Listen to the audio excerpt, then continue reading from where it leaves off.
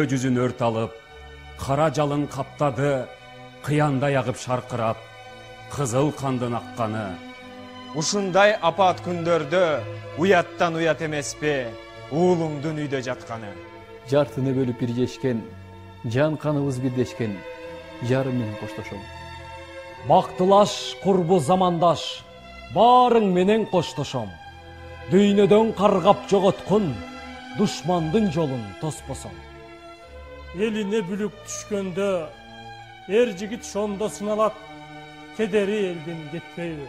Дек албай калса кубалап, кагылам журтум ишенген, кара туткан балаңар, кармашкан жоосун жыгалат. Тып-тынч жаткан элиме душман келип кол салды, бейпил жаткан жеримде кандуу согуш башталды. Узатышты, ыйлап, сыздап энелер өз уулдарын көз жаш менен өлүмгө курман болду. Баатыр болду нечендер жашасын деп бизди ушул өмүрдө.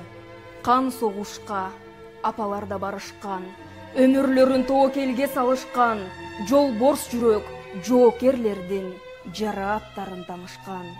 Танк алдына тайманбастан барышты. Эл жер үчүн душман менен атышты.